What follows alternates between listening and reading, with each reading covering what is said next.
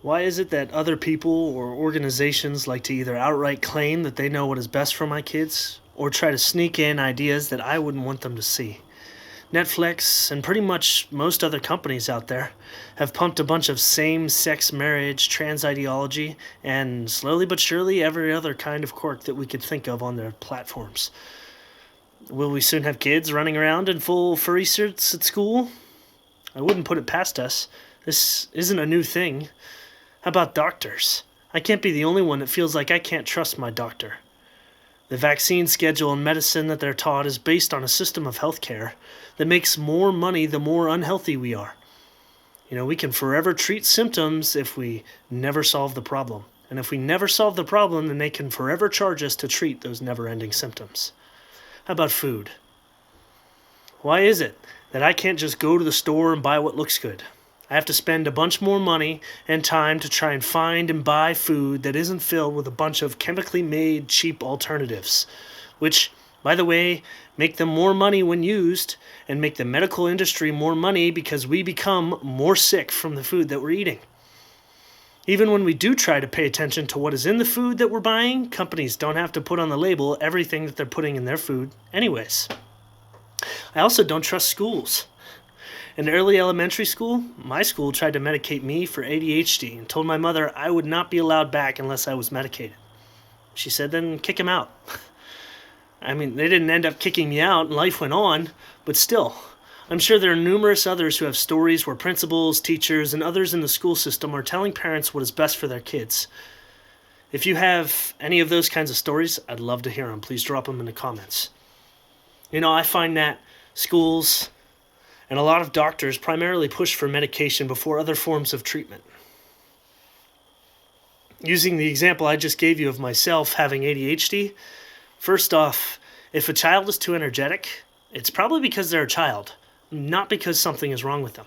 Second, it's not a good way to teach someone to deal with the excess energy they have. Trust me, I turned out just as tired as everyone else, and I was never medicated for ADHD.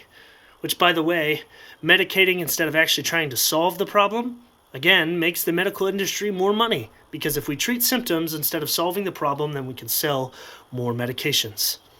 I'm not a doctor, but just from personal experience involving those around me, taking an individual that struggles to pay attention or can't sit at a desk all day, and then giving them medication to deal with it as an almost lifelong endeavor to help them focus, it seems more like a money scheme than a way of helping that person. Now, of course, there are situations that people do need medication. I'm not discounting that. Again, there are situations where medication is needed and fine, but the fact that anything and everything is medicated and done so very quickly is so scary. And why would we think that the best thing for a 6-year-old to do is sit at a desk all day? And then when they do, or they don't want to, we push pills into them. Or even farther than that, because nowadays it seems they want to push thoughts on them that they might be the wrong gender if they're doing things that are apart from their gender roles. All of these things that I have just mentioned definitely don't lead a child to have confidence in themselves at all, which then produces all of this confusion and mental health problems later in life. Let's just let kids be kids. It seems to me that is what this system wants, because then it can sell more surgeries or medications and more trauma when they create it. And on top of that, why is it okay for shows and movies and music to push the same circular agenda? This even is happening in kids' shows, and maybe you don't agree with it, but trans rights and progressivism seem to lead to the American people being what's consumed instead of being the consumers. We are literally the cattle to evil industries that instead of progressing in leaps and bounds for their and our good, seem to only progress in the way that they can make the most money possible off of us while spending as little as they can to do it. We should be consuming whatever is best. We should go to the best doctors, watch the best shows, have the best medicine, go to the best schools, eat the best food, and have the best education systems. Instead, we get to be involved in the cycle of money making that tends to move us toward depression, violence, and death, instead of life, liberty, and happiness. Maybe you can join me in this, but I will not be giving my kids vaccines or medications I don't approve of or at a rate I don't approve of. I will certainly not be sending them to schools that make those things mandatory or tend to teach my kids to think and make decisions that they should not make as children. My children will be children, and it's ridiculous that we even give them these ideas that lead them toward mental health problems or sex changes. And I will be trying my best to take myself and my family to doctors that want to find solutions instead of treating symptoms.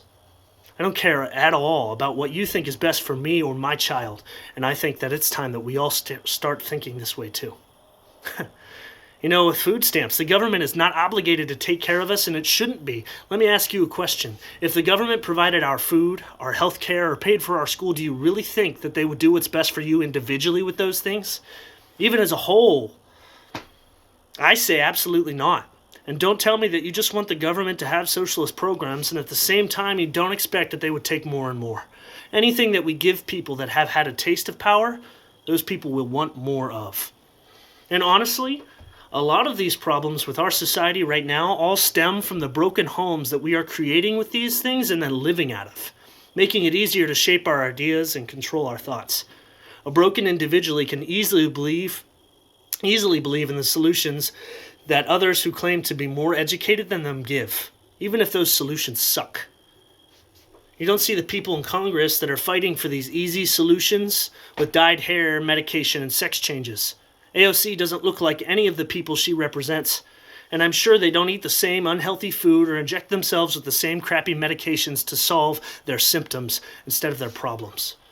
It's easier to control a broken person that wants an easy solution than it is to control a family that is broken together and wants what's right. And I've said it before and I'll say it again. Let's stop defining ourselves by what feels right and start defining ourselves by what is right. I don't have many solutions to this besides the fact that I and my family are willing to fight for what is good and right, because if we don't now, then my daughter won't have it in the future. My son won't have it in the future. We're going to do this even if it isn't easy. And if you're doing anything in this world that is against this evil flow, whether you're a doctor, an actor, a business owner, an author, then stand with me in this. I'd love to hear your story in the comments or on my email. I know it's hard and scary, and that being different than this world puts a target on your back. But this world needs people who are going to do it. So whatever it is you're doing, if you feel led, please make a video or a post explaining it, and then end it with your name and the phrase, "Go storm the gates." I like how Taryn Wells puts it in his song, "Take It All Back." I'm calling the angels down. I'm storming the gates of hell. Tell the devil he don't own my soul. I'm taking back what the enemy stole. There is an enemy, and he has stolen so much from us. And in all of this, here's what I know for sure. In Matthew 16, Jesus asks the disciples, "Who do you say that I am?" And all of my values stem from my answer to this question. I believe that he is the only Son of God. He is our only salvation. Repent, believe, and live your life for Jesus. Find others. My name is Gavin Mack. Go storm the gates.